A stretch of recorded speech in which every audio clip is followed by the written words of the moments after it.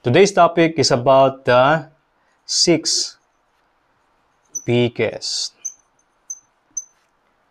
mistakes na ginagawa natin in developing or people development or employee development. The good news is that you can easily avoid. Wow. If you don't know this, then sayang yung mga investment mo, pera mo, when you're developing your people kasi maraming sablay. You will keep on repeating and compounding the mistakes. It's like any na ginagawa in improving your company, your organization. There is always a room for improvement. You're always refining your approach. So, I think we have done siguro mga 10 plus videos about people development because this is the key to progress regardless kung ano yung negosyo, anong industry, anong profession, anong career. It doesn't matter. As long as you work with people, then you need to realize that it's only by investing in their development that you will progress. According to my mentor, John Maxwell, as a certified speaker, coach, trainer, and teacher niya, that's why I'm obsessed about people development. Very simple ang sabi niya. Yung sabi niya is you cannot be effective if those who work around you or for you are not effective. So therefore, this is the key. Now, let's go to mistake number 1.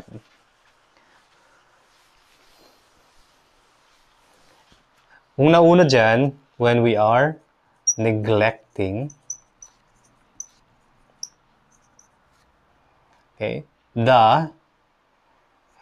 wag na yung the individual needs as far as training or developing is concerned ng ating mga tao. Kasi, dapat ma-meet ang kanilang mga individual needs.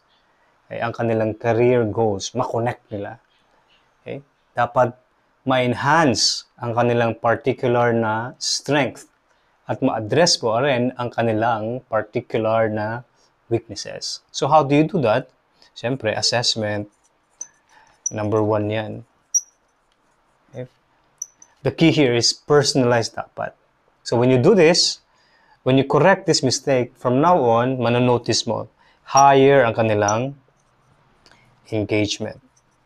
Higher ang kanilang participation. Higher ang kanilang motivation and contribution para sa kanilang development. Now, pag ikaw may ginagawang mga initiative for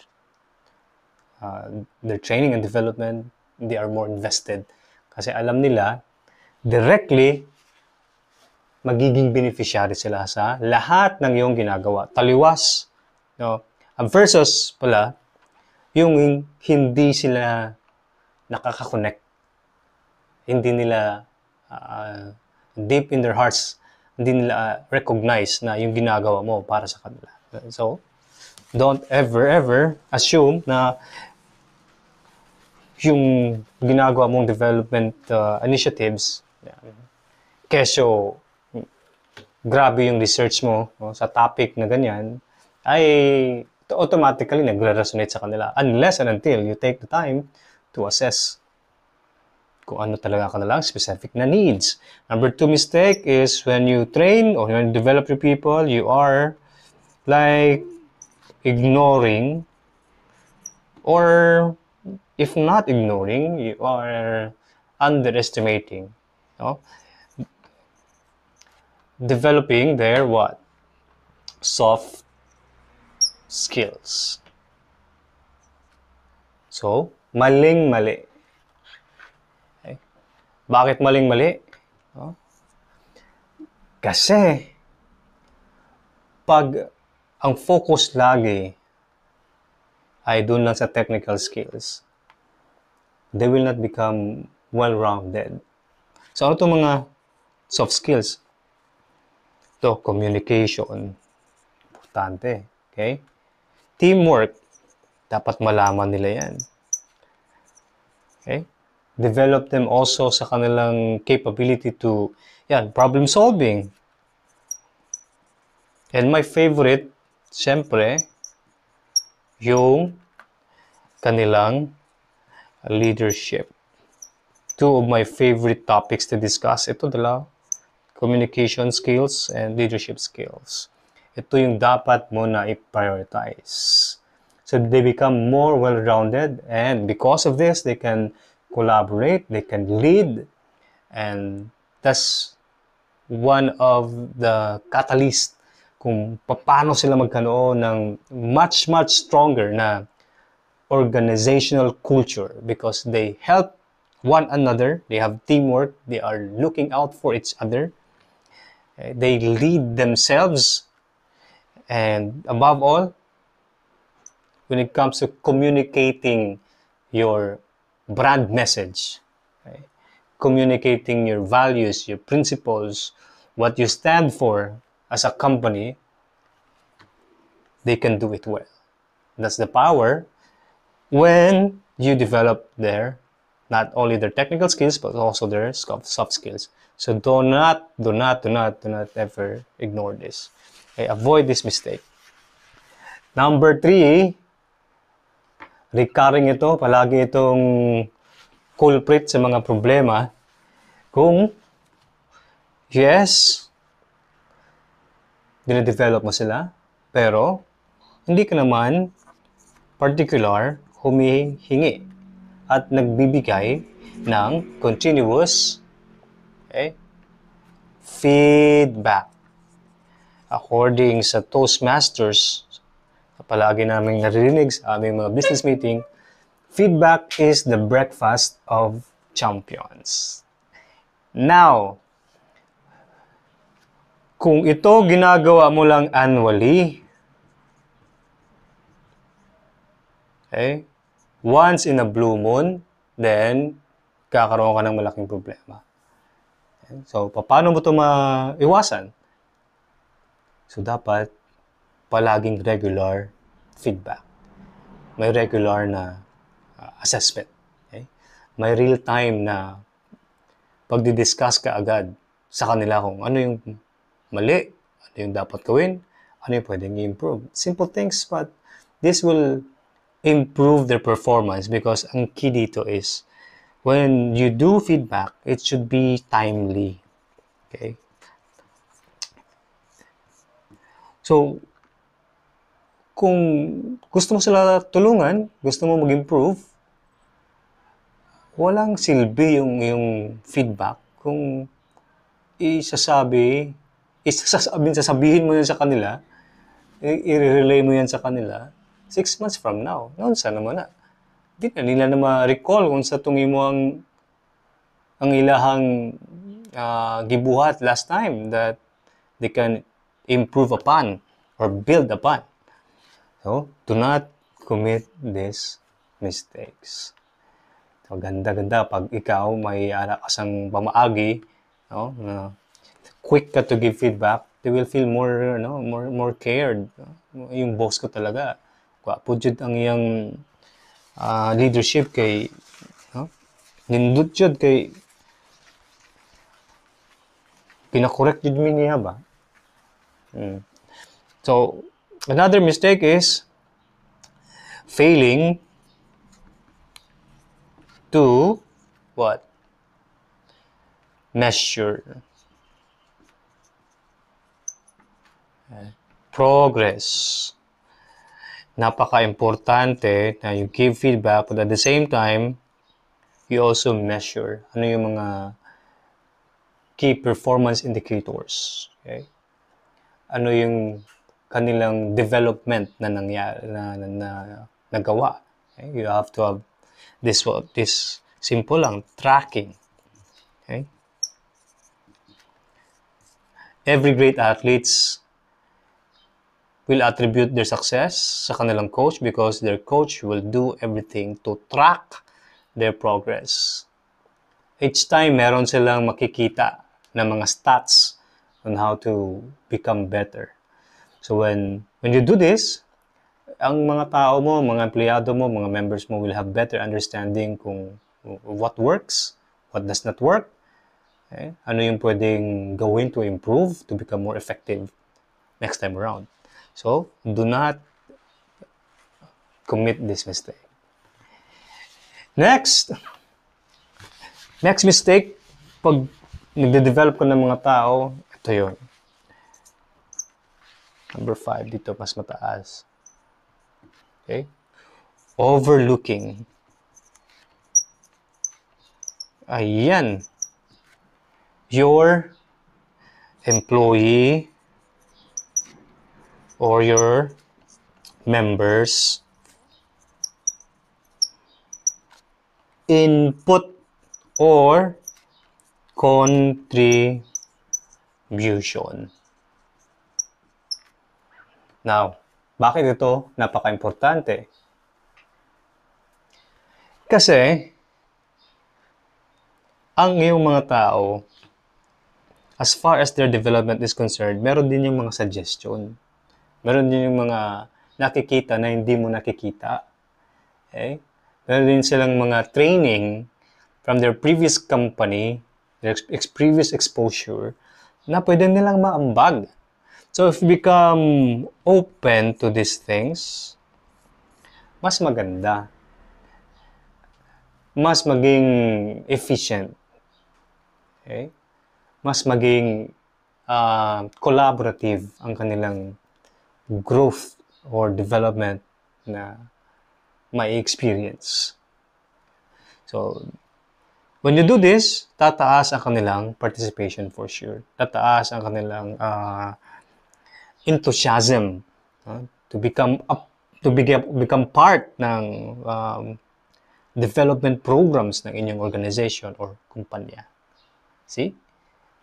Kuidaw ka. May mga tao ka dyan sa organization mo na naging trainer din in the past or naging lead facilitator or may managerial experience or galing sa abroad. May malawak na experience sa kanyang trabaho bilang staff doon sa HR. So, pag naging open ka for collaboration, di mo ma-expect na, ay, ito pala kay yaman. Ito pala yung wealth ng aking organization na I'm not tapping. Now, kaya dapat ito ma-avoid kasi 5 years, 10 years down the road, kung hindi mo ito na-maximize, sayang. Yung pwedeng iambag ng yung organization sa'yo. Then, number 6 na mali.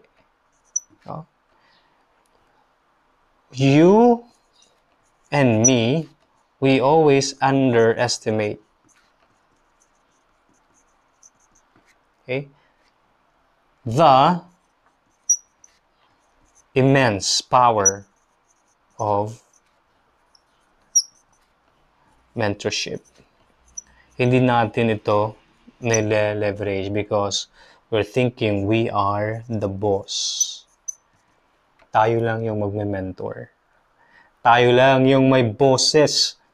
Tayo lang ang may alam. Tayo lang ang may malawak at malalim na understanding. Well, that may be true. Pero, pwede ba na ang iyong mga sakop ay may mga experience din na hindi mo na-experience? May mga training din sila na hindi mo na-undergo? So, they are, sa kanilang mga sarili, they are also teachers. They are also coaches. Okay? May mga bagay sila na pwede nilang may ambag. Pwede nilang maituro. Okay? Example ito drawing tayo.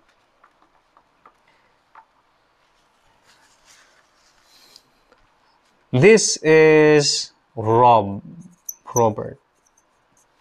Okay. Plus 5 minus 5. Okay. Si Robert na 5 years na in your business, he can mentor people na ahead siya ng 5 years in your organization. Definitely. Pwede siyang mag-ambag. Okay? Pwede mo siyang bigyan ng responsibility, ng opportunity. Okay? Na makaturo siya dito. Okay? At si Robert naman, those who are ahead sa kanya 5 years, okay, he can learn from them. Right? He can learn from them. So kung ito yung dynamics ng iyong organization, ang ganda kasi may tinatawag tayo na knowledge, skills, and resources sharing. Nagiging stronger ang kanilang relationship because nakikita nila yung kanilang mga ate, mga kuya, senior, at mga chief nila na nagpapass ng knowledge sa kanila. Okay? And ganun din yung mga bagong salta, bagong pasok, they are exposed to people na hindi mag-deprive sa kanila ng dapat nila malaman. People who are also excited for their growth and development. People who are cheering for them that they too can become great someday. Okay? Master and a beginner. Sabi nga, simultaneously, we are everything and we are nothing. Okay?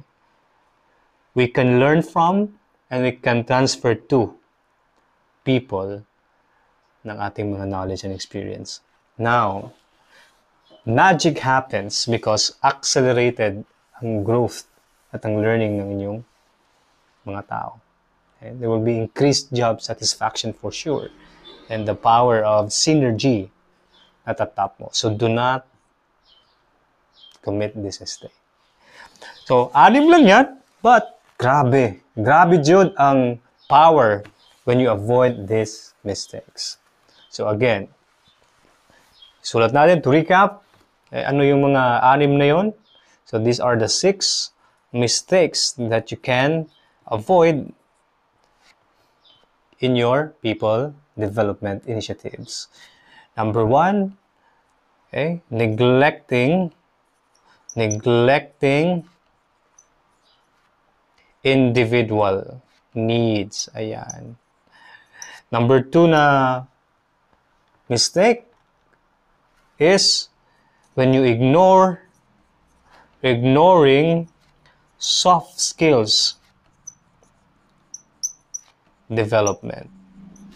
And number 3, the mistake that you need to avoid is lack of continuous and timely, okay, FB, feedback. And number 4, no, when you failing to measure ang kanilang progress. Number 5, the mistake is when you overlook ang pwedeng may ambag, overlooking input ng iyong mga tao or contribution ng iyong mga tao. And number 6, when you underestimate the power of mentorship na pwedeng ibigay ng iyong mga tao sa kapwa nila, mga members or employees. So, when you do something about this, you will have a far better opportunity advantage and leverage in your own organization.